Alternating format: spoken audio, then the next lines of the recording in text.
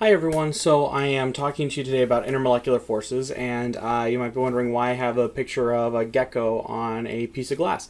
And that's because in the gecko's hands, or rather claws or whatever it has, it's held onto the glass by intermolecular forces, okay? It's a little sticky because of its intermolecular forces inside of its paws?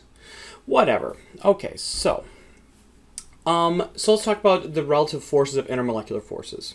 Relative forces of intermolecular forces are forces between molecules. Okay, so it'd be one water molecule and another water molecule. It's really important to realize that covalent bonds are relatively strong on average. 400 kilocalories per mole. So they have a lot of energy. They're relatively strong things. It takes a lot of energy to break them. Okay, so these numbers are talking about the energy it takes to break the bonds.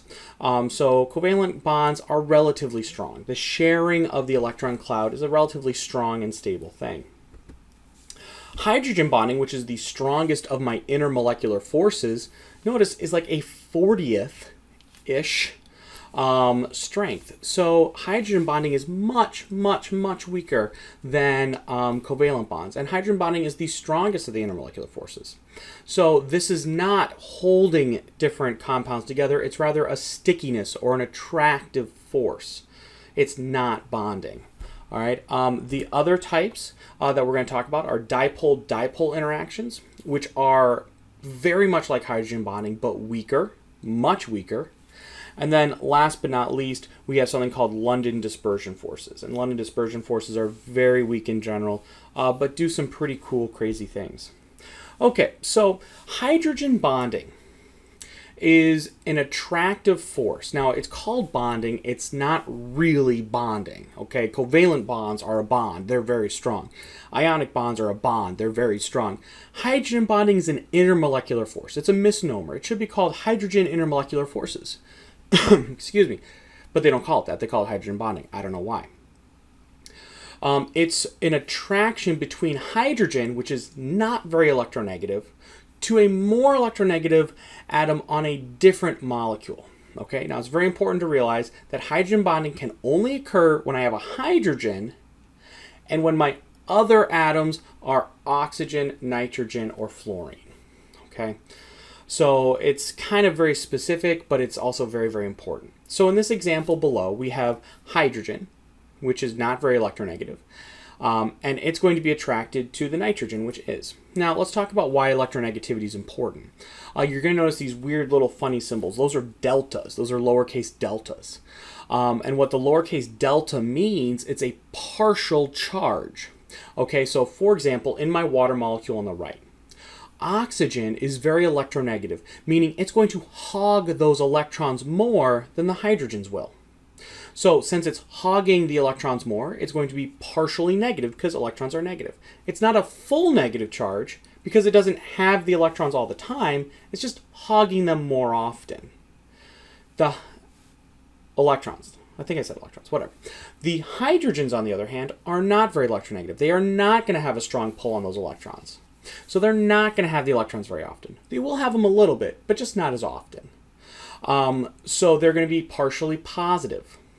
Now, if we jump over to the other molecule, same thing's happening. The nitrogen is more electronegative, so it's going to have those electrons more often, so it's going to have a partial negative charge, and the hydrogens won't. So what this creates is this polarity, it's called, within this molecule. The nitrogens and the oxygens are slightly negative, and the hydrogens are slightly positive. Well, positive and negatives attract, and so our hydrogens are attracted to the electronegative element on the other molecule. Okay, so we have this slight hydrogen bonding. Okay, where's my mouse? There we go. This hydrogen bonding. The hydrogen on one molecule is attracted to the nitrogen on the other. Not so much that it's going to pull it off the water, right? Because remember, covalent bonds are 400 kilocalories per mole. All right, they're very stable. There's a lot of energy it would take to break that bond. Hydrogen bonding is only about, 12 to 16. All right. We do see hydrogen bonding. It's very important in real life. It's what holds our DNA backbone together, right? Thymine and adenine are hydrogenly bound. Bound hydrogenly? Whatever. They are bound together through hydrogen bonding. So notice the H's right up here in adenine is attracted to that electronegative O in thymine. And vice versa, we have it down here as well, just to the opposite. Okay, and the same thing exists in cytosine and guanine, except they have 3 hydrogen bonds. So we see hydrogen bonding in real life. It holds our DNA strand together. Notice it's not as strong as a covalent bond. So that's why the DNA is able to be unzipped and zipped back together, right? Because through the DNA polymerase enzyme, it's able to be unzipped because it's a fairly weak bond holding those 2 DNA strands together. Be able to zip back together. Okay, so that's what makes the unzipping and zipping possible, because hydrogen bonding is relatively weak. It's the strongest of our intermolecular forces. So when we talk in terms of intermolecular forces, we're going to say it's very strong, but in terms of bonds, it's not. It's not a real bond. Okay, this is a very confusing table about talking about dipoles. We're going to focus right in the middle, a dipole-dipole interaction. A dipole-dipole is the same exact thing as a hydrogen bonding, but without the hydrogen.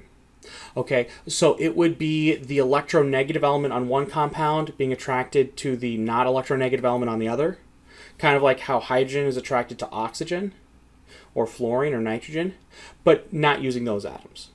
So it's not quite as extreme as hydrogen bonding. Hydrogen bonding is a specialized, focused one because it's much stronger than dipole-dipole, but it's the same general thing. Okay, things that are stronger than dipole-dipole interactions, bonds, your ionic, metallic, and covalent bonding. Weaker than dipole-dipole interactions is your London dispersion forces. So it's kind of right there in the middle. London dispersion forces are kind of this kind of neat, cool intermolecular force. First off, not named after London the city, named after London the person. Fun fact. These are nonpolar molecules, so molecules that do not have dipole-dipole interactions or hydrogen bonding. So these are kind of like the leftover molecules. These are going to be, you're going to see these in 2 main compounds: long hydrocarbon chains and diatomic atoms. I'm going to say that again, and you should definitely make note of this.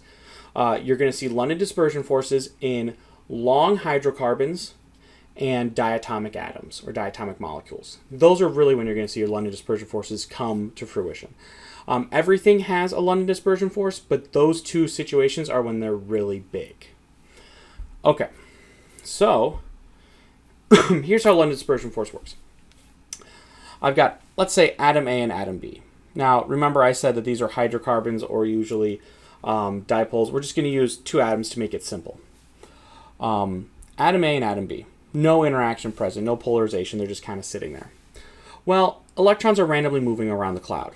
So it's going to stand to reason that at some point, there's going to be a pooling of electrons on one side of the atom. Whoops. There's going to be a pooling of electrons on one side of the atom. So down here in the second one, electrons have just kind of pooled onto the left side, just randomly because they're moving about randomly. What that's going to do is that's going to induce an instantaneous dipole. What that means is my electron cloud, which was uniformly distributed in the top, is now polarized. It's not uniformly distributed. So I have a slight negative positive charge in atom A. Well, what that's going to do is it's going to induce a dipole in atom B. So atom A gets its electron field charged, and now I have this positive charge here in atom A. Well, that positive charge is going to attract the electrons from the other atom. So because I have this positive here, the electrons in atom B are going to be slightly attracted to it, enough that that one gets polarized. Okay, and then it's just going to be kind of a chain reaction going down. So I'm going to have just randomly, electrons are going to kind of move over to one side of the cloud, then the other, just through random movement. That's going to cause the cloud to be polarized. It's going to cause a charge on it. And that is then going to start a chain reaction. It's going to start polarizing or inducing a dipole on everything else. Here's a kind of simpler version with just ovals. So here I have hydrogen and hydrogen, molecule A and molecule B. Just randomly, the electrons are going to end up pooling on one side of the atom, the molecule versus the other. And that is going to cause all the electrons, or some of the electrons here, to be attracted to that positive force. It's going to induce a dipole in that third one. Okay, it's kind of an odd thing. It's kind of a little weird and a little complicated, but it's very important. This is why compounds can become liquids and solids. Okay, if there was no interaction present, decreasing the temperature of something, they would just bounce off of each other slower, right? Whereas when I decrease the temperature of, let's say, helium, for example, or nitrogen, they're able to induce a dipole on each other and get stuck together and turn into a liquid. However, if they never induced a dipole, they would bounce off each other very slowly, but they would never do anything.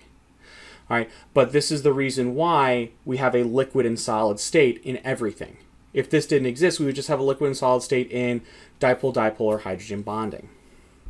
All right, and we can see this exhibited in hydrocarbons. Okay, hydrocarbons are long carbon hydrogen chains. So like here we have methane, okay, and ethane. These two together kind of make up natural gas. Okay, so what comes out of your stove. Notice they're short, so they don't have a lot of electrons. They don't have a lot of pooling of these electrons on one side or the other. They don't have a lot of these induced dipoles, and so they're gases at room temperature. But as we go up, we get up into octane, right? Octane is what you put in your car. Octane is gasoline. Octane's a liquid at room temperature because there's so many more carbons, there's so many more hydrogens, there's so many more electrons that they're able to induce this dipole, and it's just stronger just because you have more electrons kind of flying around. And so it induces a stronger dipole, and it's a liquid. It has a higher boiling point because it has higher intermolecular forces. Okay. So this is kind of what we're talking about. We're talking about London dispersion forces. We're talking about intermolecular forces. We'll cover it a lot more in class, but this is just a little bit of a primer on the three types of intermolecular forces. As a recap, hydrogen bonding is the strongest. It's between hydrogen and then either nitrogen, oxygen, or fluorine on another atom or another molecule. It's caused by an unequal sharing of electrons. Dipole-dipole is the same exact thing as hydrogen bonding, but it doesn't include hydrogen. Nice and easy. And then London dispersion forces is this random pooling of an electron cloud, which then induces other dipoles or other dipoles to form. So London dispersion is kind of like dipole-dipole, but very weak and caused by a random pooling of electrons on one side of a molecule or the other. All right, hopefully that cleared things up, and I will see you all in class. Bye.